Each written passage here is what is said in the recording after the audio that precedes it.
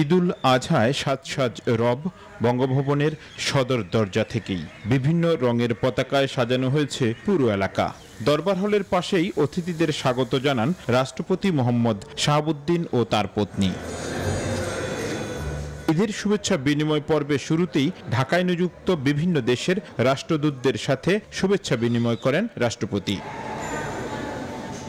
এরপর প্রধান বিচারপতি, সরকারের মন্ত্রী, রাজনীতিবিদ, সাংবাদিক, সাহিত্যিক সহ সমাজের বিভিন্ন পর্যায়ের ব্যক্তিরা রাষ্ট্রপতির সাথে ঈদের আনন্দ ভাগাভাগি ও কুশল বিনিময় করেন।